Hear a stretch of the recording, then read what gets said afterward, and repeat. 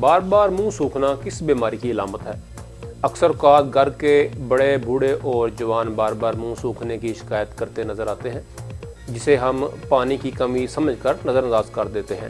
ماہرین کا کہنا ہے کہ بار بار منہ سوکھنے کی ایک بڑی وجہ شوگر بھی ہو سکتی ہے۔ امریکی یونیورسٹی امریکن ڈائبٹیز ایسوسی ایشن میں کی جانے والی ایک تحقیق کے مطابق خون میں شوگر کی سطح غیر متوازن اور اکثر اوقات زیادہ رہنا منہ کے ہر وقت خشک رہنے کا سبب بن سکتی ہے۔ ماہرین کے مطابق بغیر کچھ کیے تھکاوٹ کا احساس ہونا اور جسمانی وزن کا متوازن ہونے کے باوجود بھی اگر منہ خشک رہتا ہے تو یقیناً یہ ذیابیطس کی علامت ہے۔ محققین کے مطابق جب خون میں گلوکوز کی سطح بہت زیادہ بڑھ جاتی ہے تو گردوں کی صلاحیت میں کمی آتی ہے۔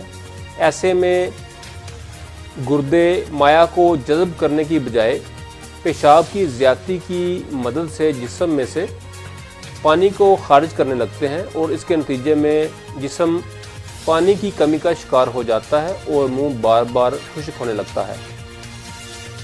محققین کے مطابق منہ کے خشک ہونے کے سبب غذا کو ہضم کرنے میں بھی دشواری کا سامنا کرنا پڑتا ہے، کیونکہ منہ میں تھوک کم مقدار میں پیدا ہونے لگتا ہے اور اس کے نتیجے میں غذا کو ہضم ہونے میں درکار وقت کا دورانیہ بڑھ جاتا ہے۔